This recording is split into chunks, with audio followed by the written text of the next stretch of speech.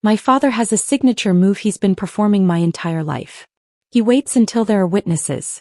That's the important part, the witnesses.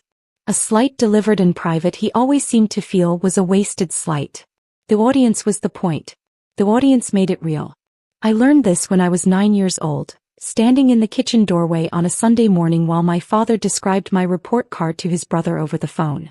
Marginal, he said, not bothering to lower his voice or look away from the window.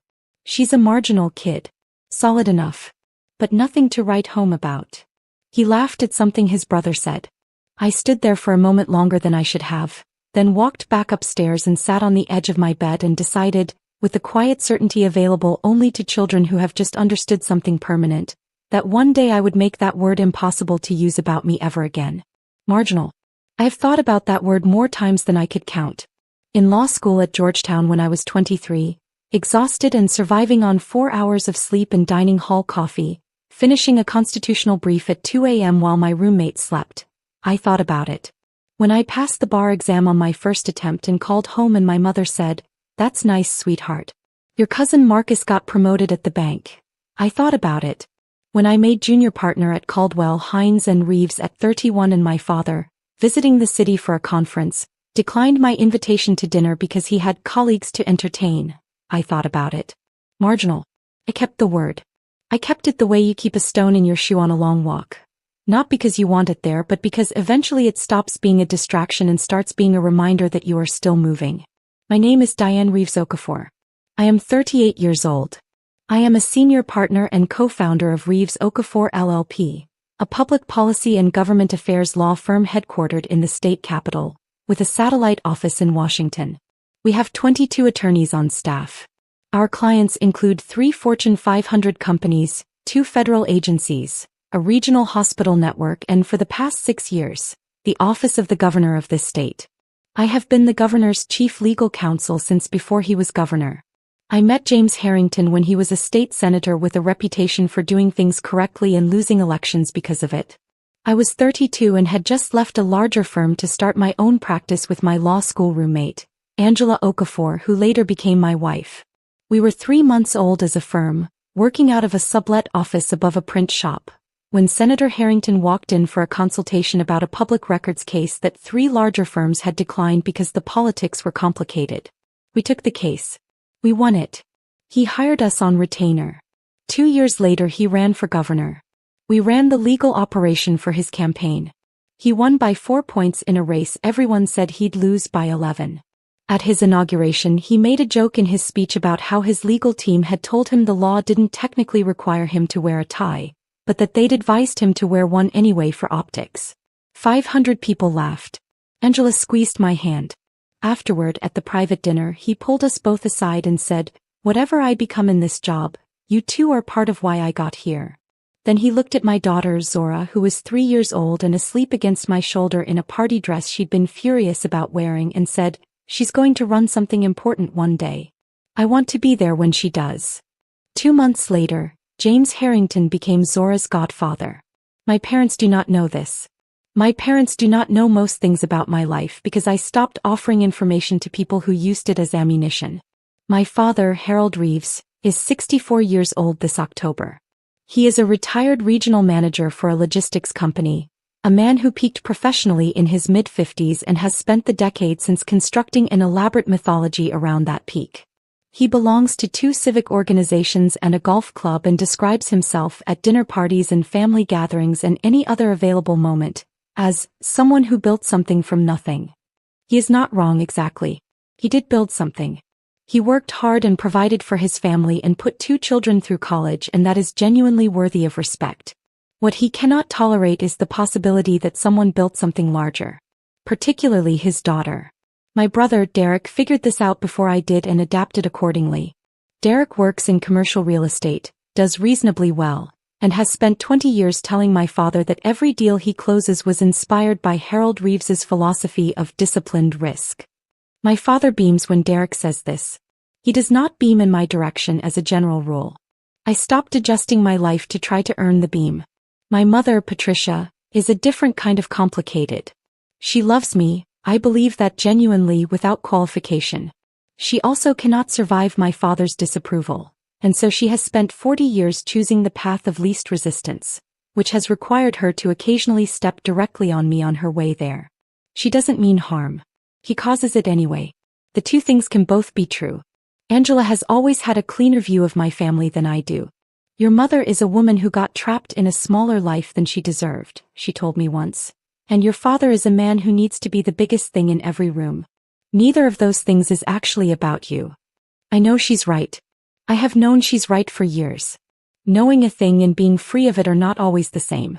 The birthday dinner invitation, or rather the non-invitation, arrived 4 days before my father's 64th birthday, via a group text that somehow included every family member except me, and a direct text from my mother that said, "Dinner at Meridian Grill Saturday at 7.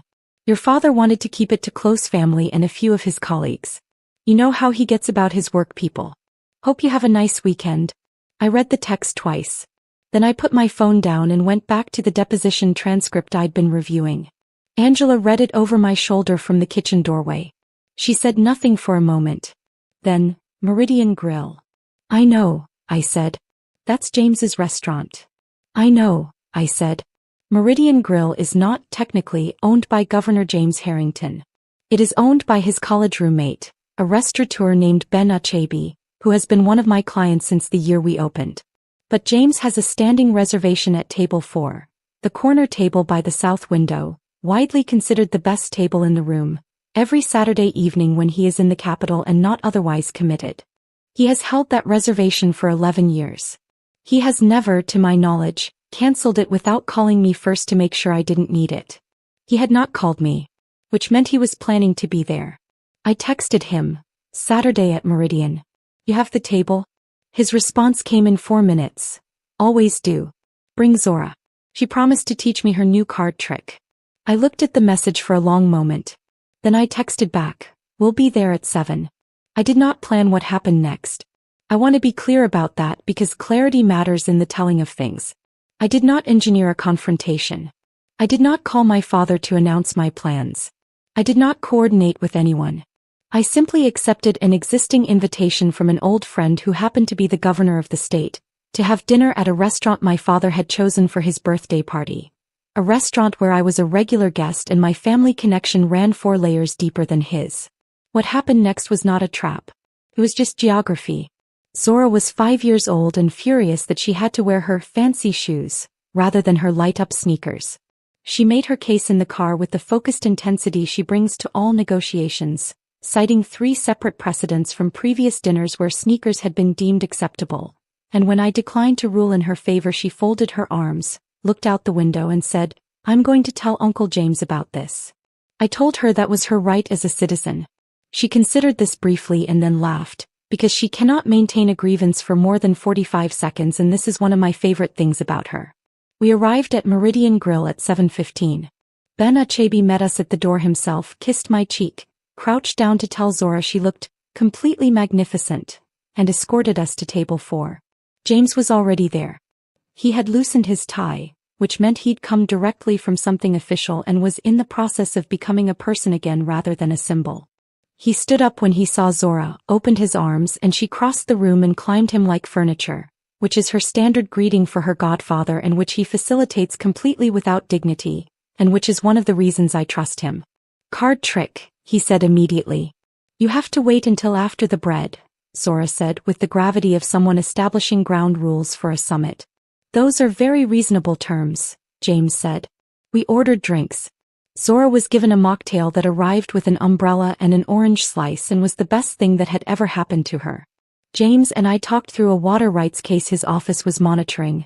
I was not personally involved, but he values my read on litigation strategy. And then the conversation moved to Angela's upcoming conference in Brussels and then to Zora's kindergarten teacher, who was apparently conducting the class play and had cast Zora as the wind, a role Zora had described to James in a previous call as not a real part because the wind doesn't have any lines, but I am going to be the best wind. "I believe you completely," James told her. "I know," she said, eating her bread. "This was our life. This was just our Saturday. I did not see my father come in. I heard the change. There is a particular quality of silence that moves through a restaurant when someone important is recognized, Not the dramatic hush of a scene, but a subtle shift, a ripple of lowered voices and redirected glances. I had felt it happen for James 100 times. I felt it happen that evening at approximately 7:45, and I glanced toward the entrance because I knew the sound and I saw my father. He was wearing his best suit, the charcoal one he saves for occasions he considers significant. He was with my mother, my brother Derek and his wife Camille, and 3 people I didn't recognize who had the bearing of the logistics industry colleagues he occasionally collected like trophies. He was mid-sentence, gesturing expansively, clearly in the middle of describing something impressive about himself, when he looked up and saw the room. And then he looked at table 4. And then he saw me.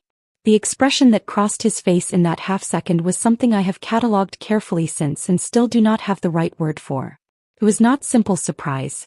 It was the expression of a man whose internal map of the world has just produced a location that his map insists cannot exist. I watched him process it. Fable. My presence.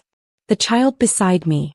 And then, the man across from me whose face my father, like most people in this state, had seen on television and on billboards and on the front page of the paper, and who was currently wearing no jacket, sleeves rolled up, laughing at something my daughter had just said with the ease of a man who had been laughing at her jokes for 2 years. My father's mouth closed. It had been open mid-sentence. It closed.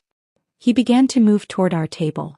James's head of security, Marcus Webb, who is almost always somewhere near James and almost always invisible until he isn't, materialized between my father and the table.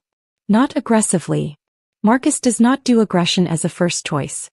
He simply appeared the way a wall sometimes appears, solid and polite and entirely immovable.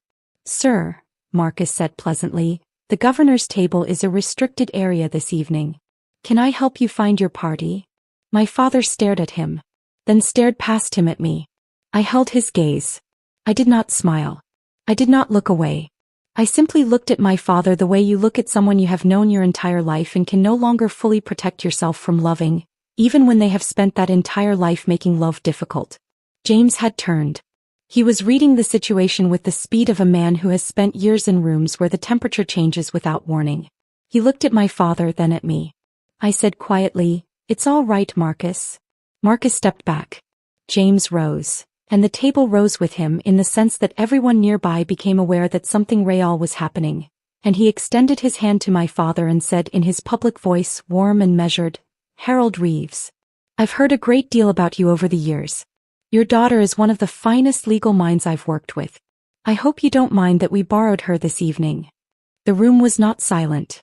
It was still a restaurant, still full of the ambient music of Saturday night in a good place. But the 6 people at the nearest tables had gone very still, in the way people go still when they understand they are watching something that will be remembered. My father shook the governor's hand. He did it automatically, the way your hand extends when someone reaches for it before your brain has caught up with your circumstances. Yes, my father said. Yes. Uncle James, Zora said from her chair, "That's my grandpa." James looked down at her with complete delight. "I know, Bug. Why don't you say hello?" Zora slid off her chair, walked to my father, and held out her hand with the formal gravity of someone who has been taught that introductions matter. "Hi, Grandpa," she said. "This is my godfather. He's the governor. Did you know that?" My father looked down at his granddaughter, whom he has seen perhaps 4 times in her 5 years, because my parents and I have not been close and because I have not brought Zora to events where I expected her to absorb the ambient temperature of their disappointment in me, and something in his face shifted for a moment. Not enough. But something. "I didn't know," he said. His voice had lost its volume. "It's okay," Zora said charitably. "You can sit with us if you want." He did not sit with us. My mother appeared at his elbow. I watched her take in the scene with the rapid, practiced assessment of a woman who has spent 40 years managing the emotional weather of her household, and she touched my father's arm and said something quiet. He allowed himself to be guided. The party was shown to their reserved table, which was, by no coincidence that I had manufactured and by every coincidence of simple restaurant geography, directly in my sight line. James sat back down. He poured me more water. He said nothing about what had just happened, which is one of the things I value most about him. The man knows when a silence is doing necessary work. "Card trick," Zora said, climbing back into her chair. "Yes," James agreed. "Absolutely the card trick." She produced a deck from the small sequined bag she had been allowed to bring in lieu of the light-up sneakers, which in retrospect felt like a negotiated settlement I should have seen coming. The trick involved James picking a card and Zora pretending, with theatrical intensity, to divine it through a process she called using my instincts, which involved squinting, pressing the deck to her forehead, and making a sound like a dial-up modem connecting to the internet. James laughed so hard he had to put down his water glass. I watched my father watch this from across the restaurant. I watched him watch the governor of the state lean forward and ruffle my daughter's hair with the ease of a man who knows a child and loves a child and has been present for the small ordinary accumulations of her life. I watched him watch me, my posture at that table, the way I talked to James, the way the waitstaff moved around me with the specific attentiveness reserved for people they know by name and preference. I watched him see me, possibly for the first time. The dinner ended the way good dinners end, slowly, without anyone wanting to be the one to call it. James had a morning event and needed to leave by 9:30. He said goodbye to Zora with the seriousness of a treaty signing, shook her hand, told her the card trick needed one more week of development before it's ready for a Senate audience, and kissed my cheek. Ben came out to walk him to the door, which cleared the path for 2 minutes of conversation between just us at the table while Marcus and James's other aide moved ahead. "Your father has wanted to say something to you since he walked in," James said, putting on his jacket. "I know. What do you want to happen?" I thought about it. "Nothing dramatic," I said. "I don't need anything from him tonight. I just needed him to see." James nodded. He saw. Pause. "How are you actually?" "I'm good," I said. And I meant it. I was good. That was the thing that was most true about that evening. Not the reversal, not the moment, but the fact that I had arrived at a table where I belonged and sat with people who loved me, and my daughter had performed a card trick for the governor, and I had felt for 3 full hours like exactly who I was. I'm genuinely good. "Angela's still in Brussels until Tuesday?" "Tuesday evening. Tell her I said the conference better not steal her back. I need her on the Hartford brief. I'll tell her you're emotionally dependent on her legal judgment." He laughed, walked toward the exit, stopped once to greet a state senator he recognized across the room. His security moved with him like weather. I sat alone for a moment at table 4. Then I felt someone standing near the table and looked up. It was my father. Without his colleagues. Without my mother and Derek and Camille, who I could see still seated at their table across the room, pretending to look at menus they had already ordered from. He had come alone, which was not a thing Harold Reeves typically did. Harold Reeves worked in groups. He performed in audiences. Coming alone to say a thing was not a move I had ever seen him make. He did not sit down. He stood at the edge of the table with his hands in his jacket pockets, looking at Zora, who had fallen asleep in her chair with the card deck still in her hands and her fancy shoes dangling 3 inches off the floor. "How long?" he said. "How long what? How long have you known him?" 6 years, I said. "We represent his office. We have since he was a senator." My father was quiet for a moment. "He calls her his goddaughter. He is her godfather. Has been since she was 3. Something moved across his face. Something that might, in different light, have looked like the particular grief of a man realizing the distance between where he is and where he chose not to be. "Your firm," he said. "How big is it?" 22 attorneys. 4 major federal clients. "We're opening a second DC office in the spring." Silence. "You should have told us," he said. And in his voice was something I had not expected. Not accusation exactly, but something rawer than that. Something that wanted permission to be hurt by not knowing. I looked at my father for a long moment. I thought about the 9-year-old girl in the doorway. I thought about the phone call I'd made from Georgetown at 2 a.m. just to hear a voice, and he hadn't answered and I hadn't called back. I thought about every dinner where I'd tried to tell him something that mattered and watched him redirect the conversation to Derek within 45 seconds. "I tried," I said. "For a long time I tried." He didn't answer that. I didn't need him to. "She looks like you did," he said, looking at Zora. "When you were small." "I know," I said. "People tell me that." He stood there for another moment. Then he said quietly, "Happy to have you stay and order something if you'd like." I reached past Zora's sleeping form and picked up a menu and held it out. It was not forgiveness. It was not a healed wound or a reclaimed relationship or a Hollywood ending. It was a menu. It was 1 degree less distance than there had been before. It was the smallest possible motion in a direction that might, over years, become something. He took it. He sat down. Across the room, my mother had turned in her chair and was watching us. I did not look at her for long enough to read her expression. I looked at my daughter, asleep with her cards, her fancy shoes swinging gently in the air. I looked at my father, who was studying the menu with the careful attention of a man who has just discovered he does not know the restaurant as well as he thought he did, and who is trying to learn. My phone buzzed. Angela from Brussels. How's dinner? How's my girl? I took a photo of Zora asleep with the cards and sent it without a caption. 3 seconds later my phone showed Angela's response. Just a string of hearts, which is as articulate as either of us gets about the things that matter most. Outside, the city was doing what Saturday cities do, moving and glittering and being entirely indifferent to the small private revolutions happening in its restaurants. The governor's motorcade had already moved on. Table 4 was just a table again. My father ordered the salmon. We didn't talk much, but we talked. 3 weeks later my mother called. Not a text, a call which she reserves for things she has rehearsed.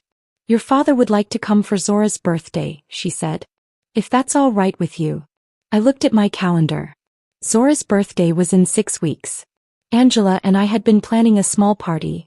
Zora's kindergarten friends, Angela's sister and her kids. James and his wife had said they'd try to stop by if his schedule allowed. That's all right with me, I said. Pause. I'm sorry, my mother said. For Saturday. We shouldn't have. Mom. I stopped her. Not because I didn't want to hear it, but because I knew if she started she would perform the apology rather than feel it, and I didn't need the performance. Come to the birthday party. Bring your good shoes. James will probably be there. A longer pause. The governor is coming to my granddaughter's birthday party. Her godfather is coming to her birthday party, I said. Yes. I heard my mother exhale, and in the exhale was something I recognized. The sound of a woman recalibrating. Of someone discovering that the world is larger than the map they've been using, and deciding tentatively whether to update the map or keep using the old one. We'll be there, she said. We will see. My mother means things in the moment she says them. What she does with the meaning afterward is its own separate question. My father is not a man who changes directions easily. Saturday was one dinner, one moment, one small motion, not a transformation. I have not revised my understanding of either of them based on one evening. But Zora will have her birthday party. And her grandparents will be there. And her godfather will probably do something ridiculous that makes her laugh, and she will climb him like furniture, and my father will watch this and keep watching, and somewhere in the watching he will be doing the long, slow, difficult work of seeing a life he underestimated. That is all I ever wanted. Not worship. Not apology. Not the particular satisfaction of watching someone who dismissed you discover they were wrong, though I will not pretend that moment had no sweetness to it. Just to be seen. Just to take up the space I actually occupied in a room I actually belonged in as the person I actually was. Marginal. My father's word. My stone in the shoe. The thing I kept all those years, not because it empowered me but because it reminded me that words said carelessly by people who should know better do not become true just because they're spoken by someone whose approval you spent too long wanting. I'm not marginal. I have not been marginal for a long time. I was never actually marginal. I was 9 years old and not yet what I would become, which is a different thing entirely. Zora is 5. She does card tricks. She negotiates shoe exemptions with the precision of an appellate attorney. She has a godfather who is the governor of the state and who will be at her birthday party in 6 weeks with a card from his official stationery that she will keep forever and show everyone at school. She will never wonder, standing in a doorway, whether she is enough. That, more than the firm, more than the clients, more than table 4 at Meridian Grill on a Saturday night, that is the thing I built that matters most. That is what I have to show for it all.